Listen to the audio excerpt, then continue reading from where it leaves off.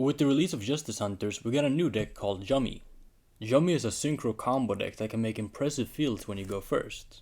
It just has one glaring flaw, and I figured out how the Mitsurugis can help alleviate that flaw. Let's talk about it.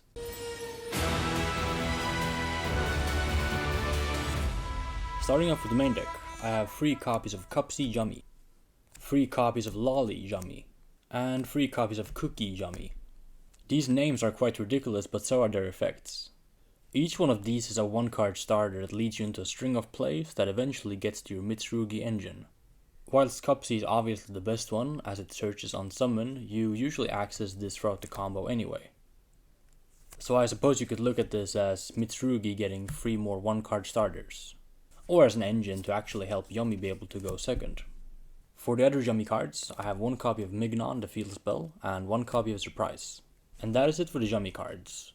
There is some argument to play the other field spell as well, and the reason why you would consider playing this card is not because of the pop effect, because it's quite inconsequential, but the graveyard effect to basically have an infinite grind game is very important.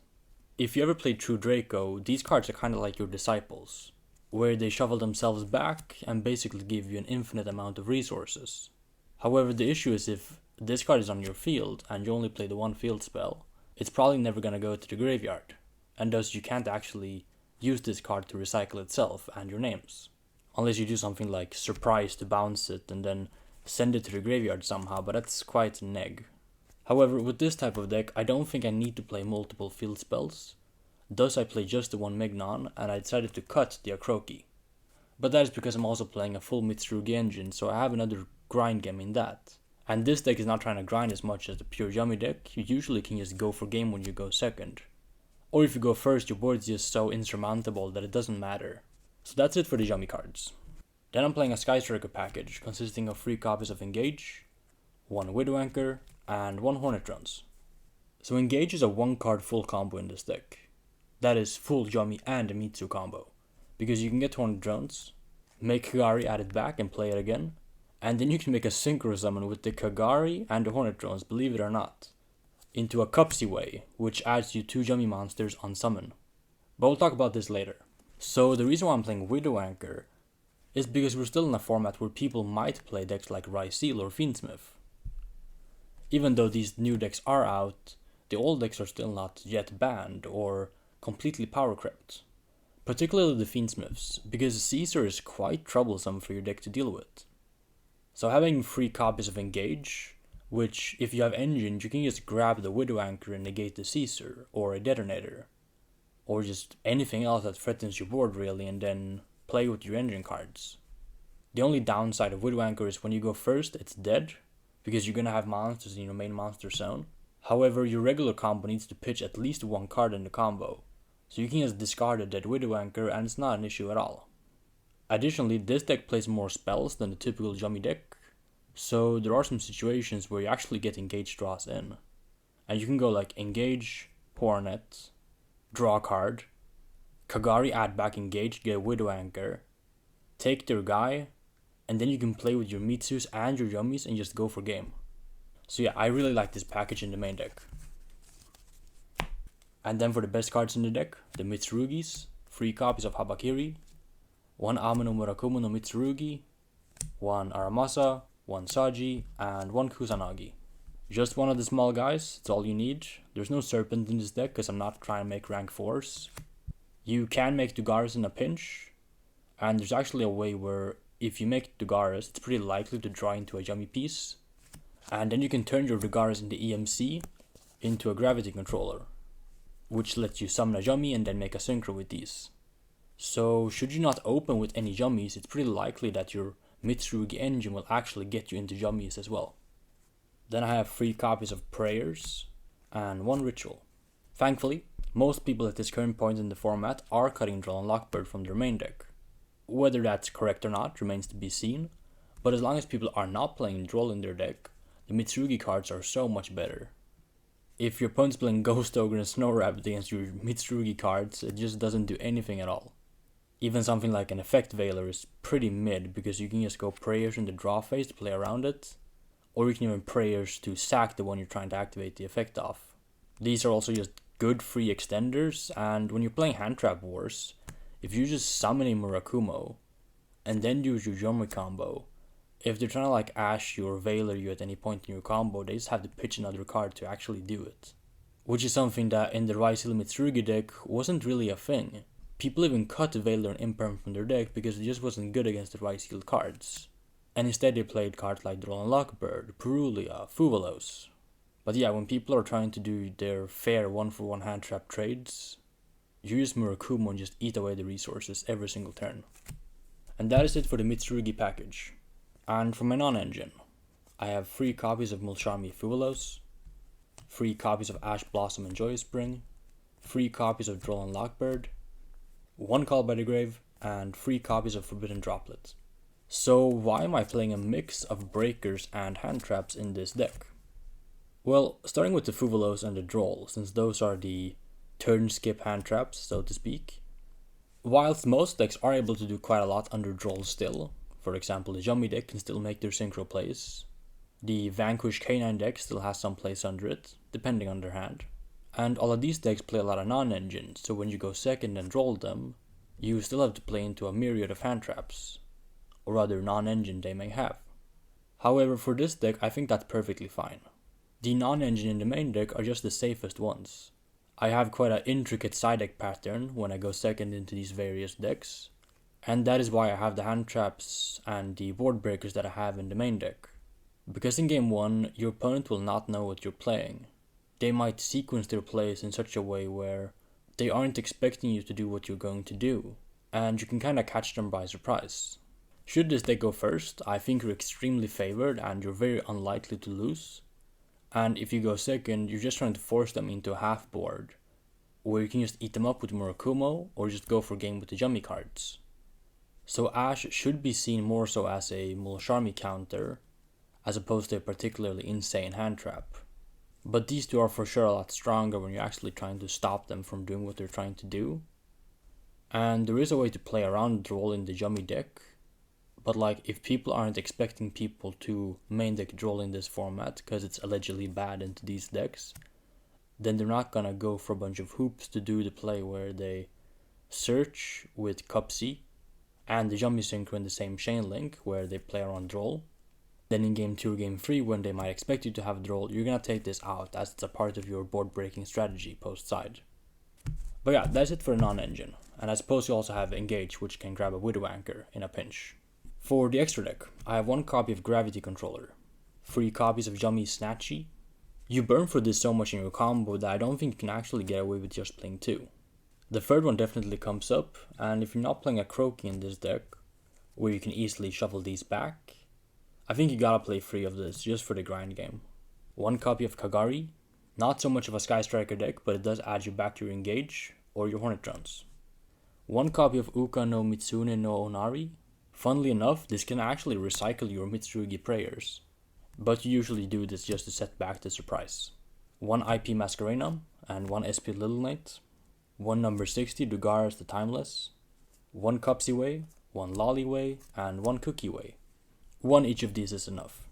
1 Metal Marsher, and 2 copies of Herald of Arclight. When Arclight goes to your grave, you can add a ritual monster from your deck to your hand. Or a spell, I suppose. But you usually do this to add your Habakiri. And you can make the Herald at ease with any of your Yummy cards. There is some consideration to actually side Ultimate Slayer, so you can send this, and Ultimate Slayer is a bounce back your opponent's Arclight in the mirror match and search a Habakiri. So should the Yummy deck be super prevalent, you could actually do that, and it's pretty good. That is it for the extra deck. For the side deck, I have 3 copies of Mulcharmy Meows.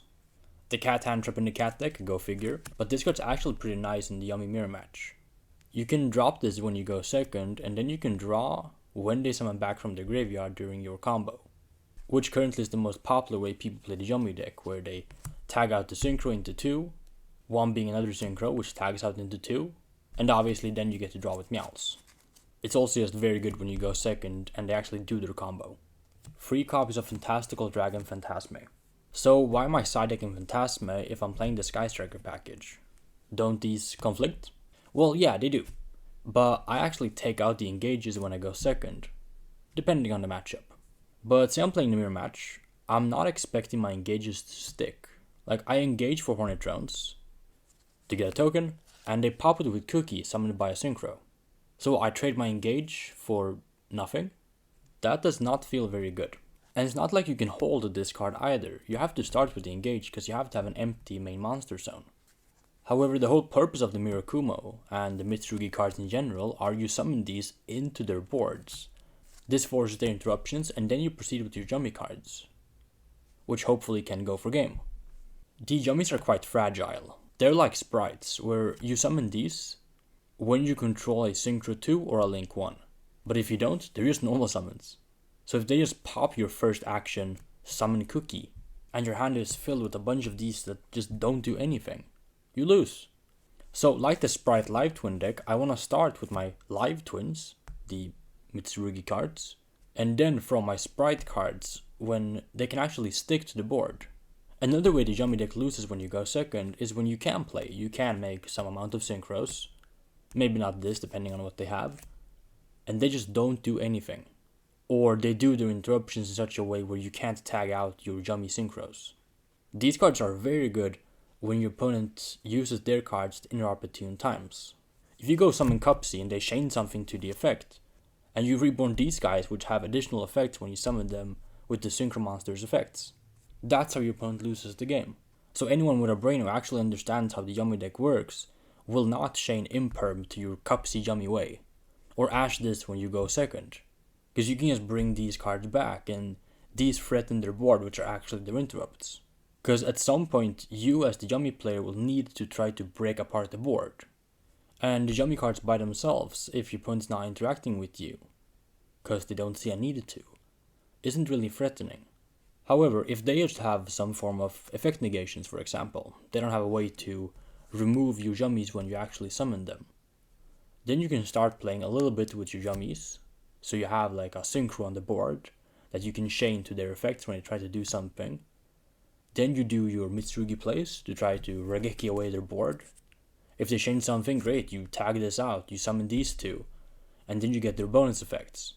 You break apart the board and then you just break it more as they play. But yeah, that's the way I found this deck to be the best, when you actually go second and try to break the board, as opposed to just hand trapping them to death. Because when you play the Mitsurugi cards with the Yummy cards, it's just so many engine cards to where you can't feasibly draw free hand traps and draw a perfect lineup of engine into their board. But siding into a breaker approach, or like the floodgate hand traps that also draw you cards which are breakers, and side deck some other breakers in talents and free copies of Book of Eclipse, with this you stand a much better chance of actually being able to go second, because all of your cards trade into their cards, and you can book their entire field, then just Raigeki it all away with Murakumo, which I think is a big selling point of playing the Mitsurugi cards in the Yummy deck. By raising your ceiling so high, you just walk all over them and just break apart the board and kill them. One Mitsurugi Great Purification. When you go first, you put this in, so you can actually negate their breakers, should they be on it. And since I'm also side decking 3 copies of Solemn Strike, I want to protect my strike against their Harpy's Feather Dust or Lightning Storm, should they play it. I think the strike is much better than Solemn Judgment in this deck, because you can search a counter trap to negate their breakers, and having the option of striking Vanquish Soul effects in the hand, or their Snatchy on the unsummon effect, is much better than using Solemn Judgment on the summon. Since I take out the Sky Striker cards, I'm also taking out Kagari, thus leaving a spot in the extra deck. You don't have to do this, but I felt like Chaos Angel was a card that I wanted to play anyway. And even on turn 3, there is a way for you to actually make this on the opponent's turn. So Yummy Snatchy says you quick effect, Synchro summon a monster using monsters you control, including a Yummy monster. You could use the Snatchy's effect to quick synchro away your Murakumo, for example, or a Habakiri, and either a Cookie way, or just 2 of your level 1 Yummies. You can also just make this during your own turn, or use this to chain to their targeting card or something, since the Snatchy is a quick effect in your turn as well. And it's very powerful to make a Chaos Angel that you made with Light and Darks. But that's it for the deck profile.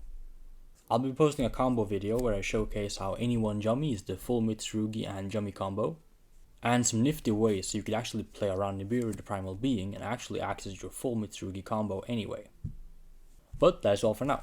Thank you for watching, and have a good rest of your day. If you enjoy my content, make sure to also subscribe to my second channel, linked in the description box down below. There I'll be posting more personalized and exclusive content.